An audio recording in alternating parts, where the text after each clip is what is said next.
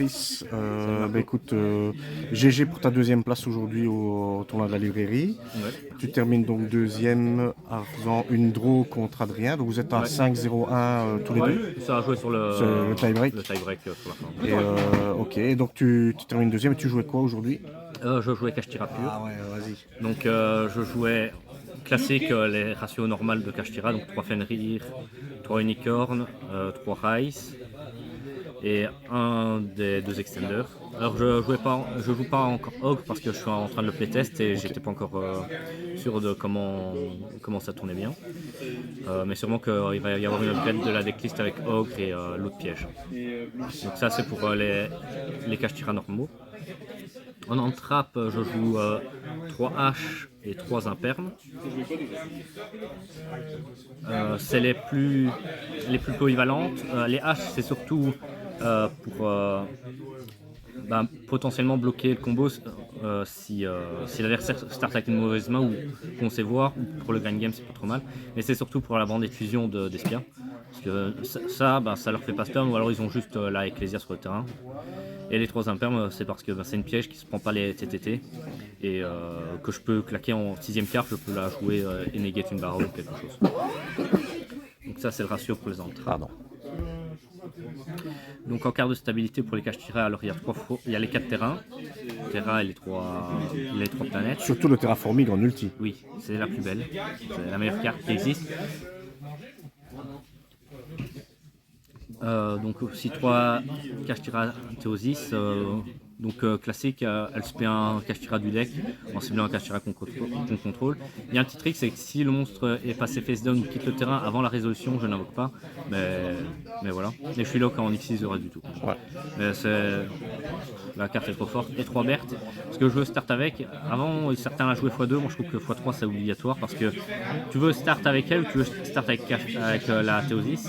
Comme ça, Unicorn va chercher l'autre. Et Berthe, c'est surtout pour le grand game. Tous les tours, elle va pouvoir récupérer un monstre qui est banni. Et c'est normal un monstre. Et si tu n'as pas ça, tu peux vite te retrouver en mode j'ai une X6 et quelque chose, mais je ne peux rien en faire parce que je peux pas summon en sacrifiant et je peux pas récupérer mes cartes qui sont bannies. 3 prospérités pour aller chercher un peu n'importe laquelle. Il y a assez bien de place dans l'extra deck quand même. Je crois qu'on a entre 3 et 5 free spot facile pour l'instant, donc ça va. Et je jouais 3 fois la nouvelle TTT et une TTT classique. 3 fois? Ouais, je trouve la carte vraiment trop incroyable. J'ai brick une fois en l'ayant, mais c'est vraiment une brique. J'avais L2, H Blossom et 2 cartes non jouables contre Adrien et j'étais en mode j'ai du pass turn quoi, mais c'est pas elle qui me fait brick, c'est parce que c'est l'ensemble de la main complète qui est injouable. Je crois que j'avais ça et H Blossom et une autre carte qui était une autre brick.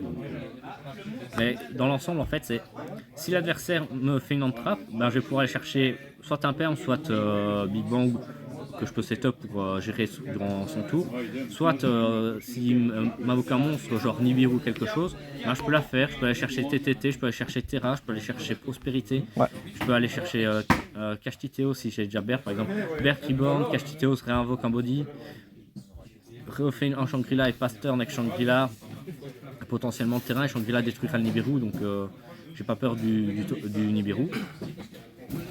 Et voilà, et en gros dans l'ensemble il y a beaucoup de targets machines normales qui sont vraiment forts dans le deck et en plus de ça je joue aussi un Plumeau et une Heavenly pour le go second en main deck pour le go second contre des decks à back row et tout ça, ils m'activent leur effet ou en miroir même, je peux aller chercher la carte que je veux selon la situation. Par exemple j'ai joué contre Justin qui jouait Runique, qui jouait Labyrinthe, j'ai start avec ça, je lui ai fait Heavenly, il a invoqué sa Lady, il l'a récupéré en main, et quand il est passé en main phase, il a voulu réinvoquer sa Lady parce que pour faire du sel, il avait plus que ça en main, et une 7, et j'ai fait TTT, j'ai cherché le Plumeau, je lui digère le Plumeau et ensuite je développe mon board. Donc il n'avait vraiment plus rien, donc c'est vraiment situationnellement la carte est incroyable parce qu'elle va répondre à tout ce qu'il te faut. T'as besoin d'une carte, tu vas chercher et voilà. Et genre vu que t'as ces 2 magies là qui sont des normal spells, tu peux aller chercher vraiment un peu ce que tu veux du deck. Et donc dans le deck c'est vraiment très fort. Et voilà, tout simplement. Je peux aussi aller chercher Prospérité post-side et aller chercher du side par exemple. Mais souvent je vais chercher directement la carte que je veux de mon side. Je joue aussi 3 Book of Eclipse pour le miroir et que globalement c'est une bonne carte. Going first et going second. Going second, je vais pouvoir l'activer, forcer la negate et potentiellement aller chercher avec poussière la Heavenly et faire Heavenly sur le reste du board. Et bien souvent, ça me fait tellement gros gain d'avantage que l'adversaire peut pas remonter. Et le One of Big Bang pour réinvoquer un matos de Shangri-La ou de Rise. Donc ça c'était pour le main deck. Pour l'extra deck, pour l'instant c'est aussi assez classique, donc c'est les 2 Rise, les 2 Shangri-La. On peut l'invoquer une fois par tour en utilisant un monstre Kashtira si Shangri-La fait son effet. Et souvent on peut terminer sur ça et le Diabolosis. Mais c'est surtout au moins 2 parce qu'en miroir on va te le bannir.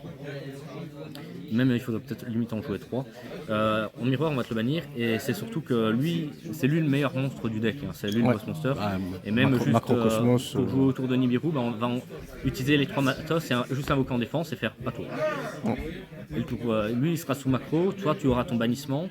Potentiellement quand tu vas bannir tes 3 cartes, tu vas pouvoir aller chercher un autre matos et donc faire lui remettre des équipements intéressants. Et voilà. De Zeus, même raison, en miroir on risque de te le bannir et la carte est vraiment forte. Et ça c'est les 4 targets level 7, donc Dracosac c'est pour jouer sous Gozen, avec 2 Nikan je peux le faire, invoquer 2 tokens, péter la Gozen et un des tokens. Le Dat, il est pas one spurter donc il permet potentiellement de péter au moins 2 cartes et il ne demande pas que 2 monstres, tu peux le faire avec 4 monstres et faire pop pop pop pop pop. Comme à l'époque avec Dat 3 dans le cimetière, c'est bien drôle. Le Big Ace pour le miroir, pour prendre une Xyz adverse et faire un Zeus. Et la Diabolosis pour la loupe classique avec Shangri-La et Kashtira. On m'a banni 14 cartes. Mon adversaire, je crois que je lui en ai banni 25 à un duel. Parce qu'il avait fait. Il avait pris Lee, il avait pris Rise, il avait pris son premier effet. Je crois que je lui ai rebanni 10 cartes après et j'étais en mode GG. Et les targets pot du deck. Okay. Donc Goliath et le guerrier fossile, eux ils sont en target prospérité parce que une fois qu'ils sont bannis, je peux les rééquiper sous Rise. Lui il donne l'effet à Rise de pas être détructible au combat. Et lui quand Rise est géré, il est dans le cimetière et je vais pouvoir le bannir pour gérer une carte sur le terrain. Le Almirage et le lien Kuribo pour Libiloc et la d'honneur parce que c'est un lien générique pour le Cancrela C. Ouais, Cancrela C qui bloque, qui oblige de l'utiliser, on me le donne, je le lien là-dessus et après je fais mes autres liens quoi. Désolé, je suis un peu malade. On l'est tous. Donc voilà pour l'extra deck. Parfait. Et le side. Et le side deck. Alors je joue Libliloc. Je considère que techniquement si tu mets Iblis sur le terrain adverse, t'as gagné. Parce que 9 fois sur 10 tu vas regarder l'extra deck adverse. Et lui gérer une carte. Et si jamais il joue 2 liens Kuribo, tu rentres pas là Libliloc en fait. C'est simple, si tu vois qu'il joue 2 liens Kuribo, tu lui laisses les liens Kuribo, tu ne rentres pas Libliloc et tu bannis autre chose. Donc là-dessus tu as d'autres trucs.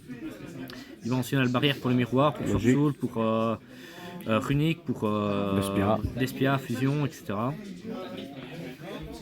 3 cyclones cosmiques pour Runic principalement. Leur bannir le terrain, après on peut jouer. 2 Heavenly pour compléter celles que j'ai déjà en main deck. Comme ça, post-side, j'ai mes 3 Heavenly, j'ai les TTT, etc. Et 2 virus qui sont aussi des normal traps, donc je peux aller chercher après ma pris une carte. La 7. La 7 et durant le tour adverse à faire et globalement Diabolosis c'est à 2800 points d'attaque et level et ténèbres, donc on peut le sacrifier. Et tu fais magie, tu dis magie, tu regardes la main et tu lui gères toutes les magies, donc il est obligé de chaîne les cartes. Et même s'il est Heavenly, ça veut dire que tu lui as géré des cartes, tu as vu sa main donc tu sais ce qu'il lui reste. Et tu le fais ça en draw face, comme ça t'es pas forcément obligé de le faire non, tu le fais en stand-by après avoir déclaré le Shangri-La. Comme ça s'il a le book, il est obligé de le chaîne maintenant. Et toi tu vas avoir tes monstres Shangri-La en défense, mais tu vas pouvoir invoquer ton Fenrir ou ton Kashtira et être tranquille avec ça sur le terrain. Et 2 golems de lave parce qu'il me restait 2 places, et comme ça me permet au miroir En miroir. en miroir, et même contre Sorsoul, contre Runic, contre à peu près tous les match-ups. En vrai, presque tout le monde a au moins 2 bodies sur le board. Sorsoul, ils vont avoir leur Negate Veiler et leur Baron, ou une Synchro 10 et une Synchro 8. Runic, ils ont Baron et souvent l'un de Naturia, et etc. Donc ça permet. En vrai, c'est une carte de connard, mais il n'y a pas de carte à part Sphère de Ra qui est 100 meilleur.